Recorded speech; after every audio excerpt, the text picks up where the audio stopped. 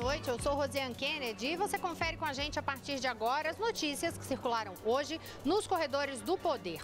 O Supremo Tribunal Federal decidiu que delação pode ser revista em caso de ilegalidades. O presidente Michel Temer foi notificado oficialmente hoje sobre a denúncia da Procuradoria-Geral da República contra ele. Os detalhes você confere com a gente a partir de agora, aqui diretamente de Brasília, pela TV Brasil, pela Rádio Nacional e emissoras públicas de todo o país. A gente começa falando justamente sobre a conclusão, agora à tarde, no Supremo Tribunal Federal, daquele julgamento que validou a delação dos empresários da JBS e também manteve a relatoria do caso com o ministro Edson Fachin. Ali, durante o julgamento, eles fizeram uma análise sobre a possibilidade de revisão de acordo de delação premiada. Quem tem os detalhes sobre qual foi o entendimento final aí do STF é Jéssica Gonçalves, diretamente do estúdio da Rádio Nacional. Boa noite, Jéssica. Boa noite, Rosiane. O Supremo Tribunal Federal decidiu que é competência do ministro relator homologar monocraticamente os acordos de delação premiada negociados entre o Ministério Público e os advogados dos delatores. O Supremo também decidiu que as cláusulas do acordo só podem ser revistas pelo tribunal se for revelado algum fato ilegal que possa anular a delação. O Procurador-Geral da República, Rodrigo Janot, disse que a decisão mantém a segurança jurídica e a autonomia do Ministério Público para fazer os acordos. A maioria dos ministros também decidiu manter o ministro Edson Fachin como relator das delações premiadas dos empresários da JBS, Joesley e Wesley Batista. A presidente do STF, ministra Carmen Lúcia, foi a última a votar e destacou no voto que o Poder Judiciário tem todo o interesse em fortalecer o mecanismo das delações premiadas na legislação brasileira e fazer com que ele seja bem utilizado. E ainda sobre esse assunto, Rosiane, hoje o presidente Michel Temer recebeu a notificação oficial da Câmara sobre a denúncia da PGR. E quem traz as informações para a gente é a Carolina Pimentel, lá na redação da Agência Brasil. Boa noite, Carolina. Boa noite, Jéssica. O presidente Michel Temer ele foi notificado depois que a denúncia contra ele foi entregue na Câmara no período da manhã e lida no plenário pela deputada Mariana Carvalhos, que é a segunda secretária da mesa diretora, que fez essa leitura ao lado do presidente da Câmara, Rodrigo Maia. Com a leitura, então, o presidente Michel Temer foi notificado nesta tarde dessa denúncia para poder se manifestar a sua defesa. A partir de agora, o processo ele vai para a Comissão de Constituição e Justiça da Câmara dos Deputados, que vai escolher um relator. Esse relator vai elaborar um parecer que vai ser apreciado pelos integrantes da comissão. É também na Comissão de Constituição e Justiça que o presidente Michel Temer vai poder, no prazo de até 10 sessões, apresentar sua defesa. Depois da análise da denúncia na CCJ, o processo vai então para o plenário da Câmara dos Deputados. Aí no plenário são necessários ao menos 342 votos favoráveis para essa denúncia ser aceita. Se a denúncia for admitida então por 2/3 dos 513 deputados, o presidente Michel Temer vai poder ser julgado perante o STF. Caso contrário, a denúncia vai ser arquivada. Lembrando que na denúncia, o Procurador-Geral da República, Rodrigo Janot, acusa o presidente Michel Temer de ter recebido, por intermédio do ex-assessor Rodrigo Rocha Loures, vantagem indevida de R$500 mil. Esse valor teria sido ofertado pelo empresário Joesley Batista, dono aí do grupo JBS. A defesa do presidente Michel Temer argumenta que as provas contidas na denúncia não são concretas e que o presidente não cometeu nenhum crime, nenhuma irregularidade. Hoje também o presidente Michel Temer participou de um evento no Palácio do Planalto e ele falou sobre esse momento político. Quem vai contar sobre o que ele falou nesse discurso é Daniele Popov, que está aqui ao meu lado. Boa noite, Daniele. Boa noite, Carolina. Boa noite a todos. Durante esse evento comemorativo a 1 ano da Lei de Responsabilidade das Estatais, o presidente Michel Temer voltou a falar sobre o atual momento político e defendeu que o Brasil precisa continuar funcionando. O presidente citou a queda da inflação, a queda dos juros e a geração de empregos. O Brasil não tem tempo a perder e, portanto, não tendo tempo a perder, acontece o que está acontecendo nesse momento. São empregos que estão voltando, é inflação que está caindo ao nível inferior ao centro da meta, os juros estão caindo sensivelmente, não é? E o Brasil está prosperando, o Brasil está respirando. Nós não podemos deixar que nada impeça esta respiração extraordinária que o país está tendo. No evento realizado no Palácio do Planalto, Michel Temer afirmou ainda que as estatais brasileiras estão cumprindo o cronograma previsto para a aplicação da nova legislação. O presidente reiterou que a falta de responsabilidade com as contas, tanto nos governos como nas empresas, na busca por, abre aspas, aplausos fáceis, fecha aspas, é o que destrói as empresas e corrompe as instituições brasileiras. A ideia principal dessa lei, segundo Temer, é proteger as estatais de assédios ilegítimos na tentativa de impedir qualquer influência que não fosse geradora de uma administração eficiente. A lei das estatais estabeleceu novas regras para a nomeação de diretores e conselheiros, como a proibição de que dirigentes partidários, ocupantes de cargos políticos ou políticos que disputaram eleições recentes, ocupem diretorias ou conselhos. Rosiane, agora eu volto com você. Obrigada, Daniele Popov. Olha, em relação justamente a essas afirmações que o presidente Michel Temer fez sobre o momento econômico no país, hoje a base governista teve motivo para comemoração aqui no Congresso Nacional, porque depois ali de 13 horas de reunião na Comissão de Constituição e Justiça do Senado ontem, a comissão aprovou a reforma trabalhista, que agora vai para o plenário. A questão é quando que está previsto, então, essa votação no plenário. Mariana Jungmann está aqui ao meu lado. Mariana saiu daqui quase 1h da manhã, né, Mariana? Assim, bem tarde, porque foi uma discussão que se estendeu até ter essa votação, mas foi um placar significativo a favor do governo. Boa noite. Sem sustos dessa vez, viu, Rosiane? Boa noite. O placar foi de 16 votos favoráveis para o governo, 9 contrários e 1 abstenção. Um placar que já era esperado, né? Já ali ao longo do dia a oposição falou bastante, conseguiu fazer uma reunião bem longa, mas na hora da votação os votos foram os que eram esperados pelo governo, com 16 votos favoráveis. A oposição também tentou ali modificar o texto, apresentou propostas de emendas já muito tarde da noite, mesmo assim elas também foram rejeitadas e aí, por fim, foi aprovada a urgência, um requerimento de urgência para que o projeto siga para o plenário. Havia uma expectativa de que essa urgência fosse votada hoje pela manhã, em uma sessão extraordinária, mas não havia quórum, então isso ficou para a próxima semana. E aí agora a expectativa é a seguinte, deve-se aprovar a urgência, essa urgência precisa ser ratificada no plenário do Senado. Então ela deve ser aprovada na terça-feira e aí a reforma será votada na próxima quarta-feira. Se a reforma não receber nenhuma modificação, ela não precisa retornar para a Câmara dos Deputados e segue direto para a sanção do presidente da República, Michel Temer. Essa urgência também é importante porque as propostas de emenda que forem apresentadas no plenário, elas deveriam passar por uma nova análise de constitucionalidade na Comissão de Constituição e Justiça. Isso iria fazer todo o processo demorar mais. Então, com a urgência sendo aprovada na próxima terça-feira, elas não precisam retornar para a Comissão de Constituição e Justiça, tudo pode ser definido no plenário na quarta-feira. Mas vamos falar com Carolina Pimentel agora, novamente, na redação da Agência Brasil, porque, Carolina, a gente tem novidades na questão da data de pagamento do PIS, né? Sim, Mariana, o prazo para a retirada do abono salarial de 2015 para quem estava inscrito no PIS/PASEP há pelo menos 5 anos foi prorrogado. Essa decisão foi tomada pelo Conselho Deliberativo do Fundo de Amparo ao Trabalhador, o CODEFAT. O prazo terminaria nesta sexta-feira, agora será reaberto em 27 de julho e os trabalhadores vão ter até 28 de dezembro para retirar o dinheiro. A proposta de prorrogação foi apresentada pelo ministro do Trabalho, Ronaldo Nogueira, atendendo a um pedido feito pelos representantes dos trabalhadores no CODEFAT. O ministro destacou que mais de 1,5 milhão de trabalhadores ainda não retiraram, têm direito ao abono e ainda não retiraram esse recurso. O dinheiro também disponível chega a 1,9 bilhão de reais. Rosiane.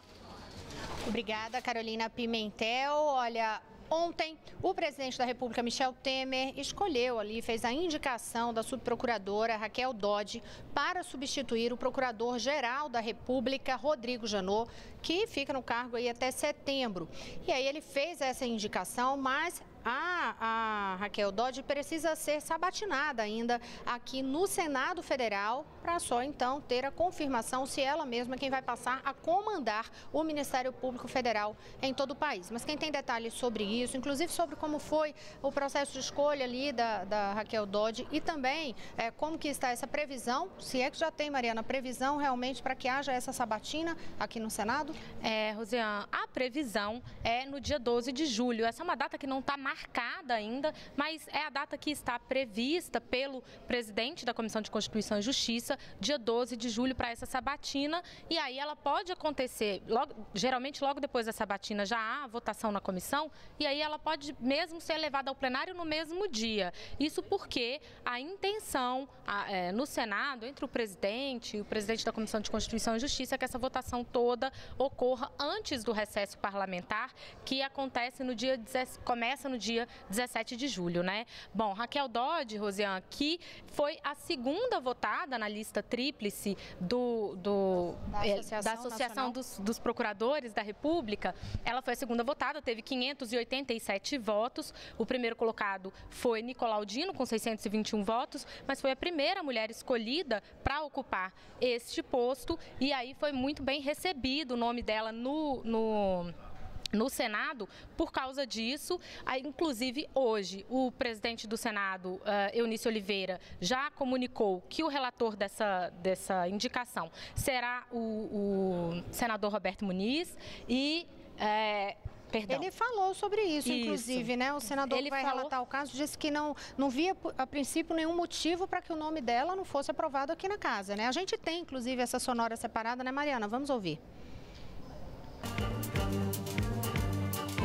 Não há, a princípio e em princípio, nenhum motivo para ser contra essa indicação, salvo algum fato que se coloque na comissão.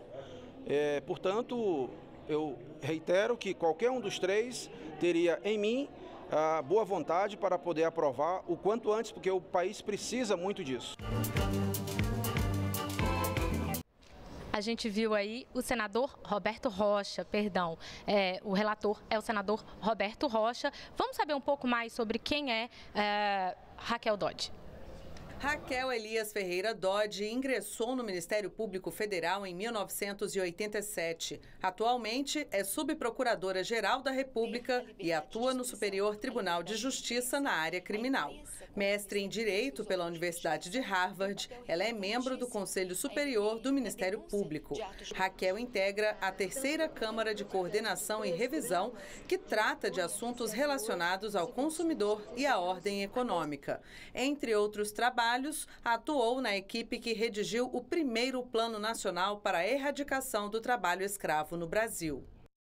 Você ouviu aí na narração de Daniele Popov que, por sinal, tem mais informações para a gente sobre como foi a repercussão da escolha de Raquel Dodge na associação que nós acabamos de falar. Pois é, Mariana, a associação afirmou que, mais uma vez, o presidente da República acolheu a lista tríplice apresentada pela ANPR e avaliou que isso consolida uma prática adotada nos últimos 14 anos.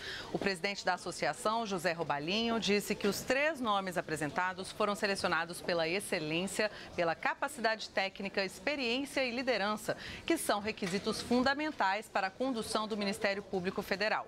Robalinho ressaltou ainda que o Ministério Público Federal e a ANPR têm profundo respeito por todas as etapas do processo complexo que leva à escolha legítima e sólida de um procurador-geral da República. A lista tríplice, a escolha e a indicação pelo presidente, finalmente a avaliação e aprovação pelo Senado Federal, que ainda está por acontecer.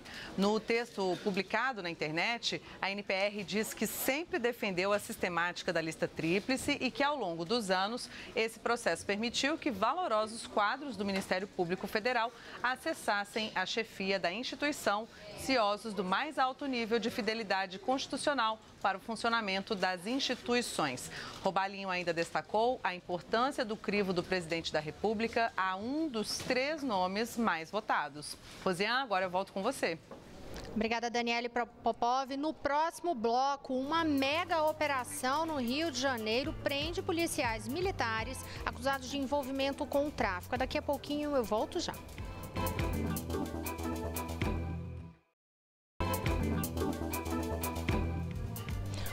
estamos de volta. Eu sou Rosiane Kennedy. Você confere com a gente as notícias que circularam hoje nos corredores do poder. A gente já abre este bloco falando da mega operação policial no Rio de Janeiro, com alvo ali, inclusive, para prender policiais militares acusados de atuar com traficantes no estado. Maurício de Almeida já está na redação da TV Brasil no Rio. Maurício, um dia difícil, mas necessário, como disse o secretário de Segurança, né? Boa noite, Rosiane. Realmente, necessário que temos que moralizar a polícia. Não dá para imaginar policial atuando como traficante e era o que estava acontecendo aqui no Rio de Janeiro. Essa operação foi a maior da história para prender policiais corruptos. Mobilizou 800 homens. O objetivo, cumprir 96 mandados de prisão contra policiais militares e 70 contra traficantes. Até às 6 horas da tarde, no último boletim informado pela Polícia Civil, foram presos 63 policiais militares e 22 traficantes. Mas a Secretaria de Segurança acredita que todos os policiais militares vão se entregar, já que, de acordo com a legislação, se eles não se entregarem, serão considerados desertores e poderão ser expulsos da Polícia Militar. Essa investigação começou depois de uma delação premiada e, com autorização da Justiça, a Polícia Civil conseguiu interceptar 200 mil ligações telefônicas e, a partir da escuta dessas ligações, desvendou todo o esquema. O grupo de policiais militares, todos esses policiais, atuavam no batalhão de São Gonçalo, uma cidade que fica na região metropolitana do Rio de Janeiro. Eles faziam o seguinte: vendiam armas e drogas para traficantes e também faziam a escolta desses traficantes para evitar que eles fossem presos nos deslocamentos que faziam por São Gonçalo. Quando o traficante não pagava a propina pelo serviço que estava recebendo, os policiais militares sequestravam os traficantes. É isso mesmo. Segundo a escuta telefônica, pelo menos 3 traficantes foram sequestrados pelos policiais militares e tiveram que pagar um resgate. Em troca de todos os serviços que a Polícia Militar prestava para o tráfico de drogas, eles recebiam cerca de R$1 milhão por mês, dinheiro de propina utilizado pela Polícia Militar. Todos esses policiais militares que já foram presos vão responder por corrupção. Hoje, no fim da manhã, o secretário de Segurança Pública do Rio de Janeiro e o comandante da PM comentaram esta ação. Veja as entrevistas. Entendo que o policial que trai o seu dever de ofício trai a sociedade a qual jurou defender. Porém, tal fato não deve colocar a corporação em descrédito, porque penso que, como nenhuma outra instituição, nós cortamos na própria carne. É necessário que, principalmente no momento em que o país vive mergulhado numa crise ética e moral, esse exemplo seja dado e demonstrado à sociedade. Uma curiosidade é que os policiais envolvidos na operação de hoje, que foram presos, eram do batalhão de São Gonçalo. E foi esse mesmo batalhão onde 11 policiais militares foram presos e condenados em 2011 pelo assassinato da juíza Patrícia Scioli. Essa juíza estava, na época, julgando casos referentes a policiais militares, também do batalhão de São Gonçalo, que atuavam em milícias. Ou seja, é um batalhão onde os problemas já existem há bastante tempo. Vamos torcer realmente que tenha sido cortado de vez na própria carne, como a Polícia Militar falou, para evitar que esses problemas voltem a se repetir. Não quero voltar aqui para daqui a uns anos falar mais uma vez de problemas de corrupção no batalhão de São Gonçalo. Tomara que tenha sido a última vez, Rosiane. Foi assustadora mesmo essa operação, né, Maurício? Porque a gente vê ali um escândalo, investigação, com essa coisa do tráfico se corroendo pelos corredores do poder, nessa situação aí, corredores do poder policial, né? É verdade, Rosiane. Estou quase todo dia, infelizmente, trazendo notícias da polícia aqui do Rio de Janeiro. São crimes, mas agora, quando o crime é cometido por alguém fardado, que deveria estar protegendo você, assusta muito mais. Ainda mais porque as estatísticas da violência no Rio de Janeiro mostram que na região de São Gonçalo, os assaltos a transeuntes, a pedestres, o roubo de carros e roubo de cargas aumentou bastante, justamente porque os policiais militares estavam trabalhando com o tráfico de drogas ao invés de proteger a população. Obrigada, Maurício. Que se dê mais mérito ainda aos policiais que agem corretamente, que inclusive tiveram que fazer essa tarefa difícil aí em relação a essa operação de hoje. Já na Polícia Federal, hoje a operação foi para combate ao tráfico internacional de drogas. E quem tem os detalhes é Carolina Pimentel. Bem, Rosiane, a Polícia Federal prendeu hoje 14 pessoas suspeitas de envolvimento com o tráfico internacional de drogas. Essas prisões ocorreram na cidade de Ponta Porã e Dourados, no Mato Grosso do Sul, e na cidade de Jacareí, no interior de São Paulo.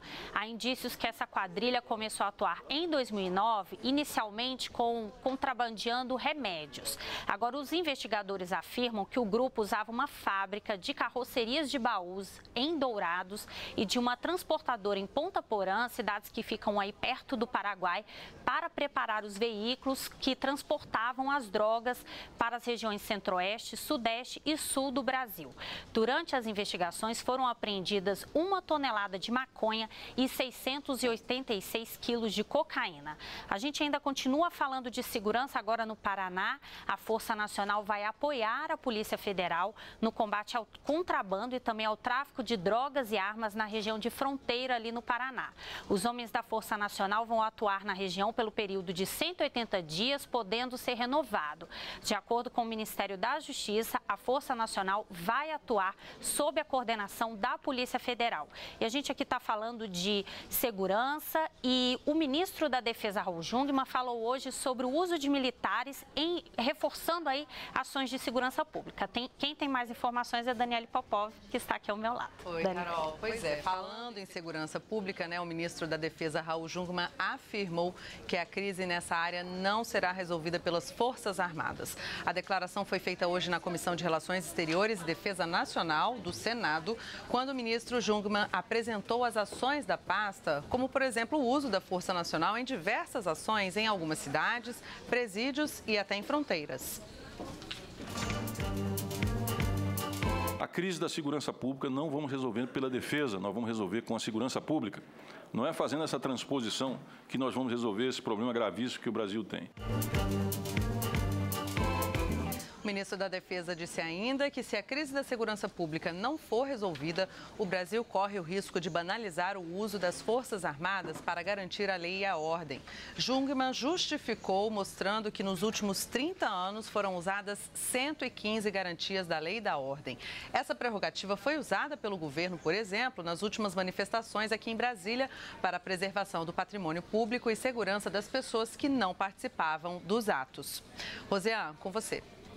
Obrigada, Daniele Popov. Agora, mudando de assunto, a gente volta a falar aqui de pauta no Congresso Nacional e hoje foi mais um dia de reunião da CPI da Previdência. Desta vez, o foco foi nas empresas devedoras, né, Mariana Jungmann? É isso mesmo. A gente lembra, né, Rosiane, que já foram ouvidas empresas devedoras do setor de educação, dos bancos também. Hoje foi a vez do setor industrial. E assim como os outros, eles falaram muito sobre as brigas que existem na Justiça a respeito da questão previdenciária e disseram que o ideal, embora eles tenham certa facilidade para parcelar débitos com a Previdência, o ideal seria que existissem varas especializadas em julgar casos de dívidas com a Previdência. A alegação é de que isso facilitaria ali para que os processos corressem mais rápido, tivessem resultado mais rápido e aí, a partir disso, a Previdência receberia logo se fosse vencedora e os empresários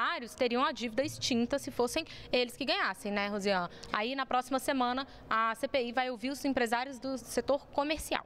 E eles fizeram justamente essa ressalva de que a crise econômica também, né, foi um fator que agravou aí as dívidas deles. Foi um dos argumentos, né, Mariana? Foi também. Justamente apresentado.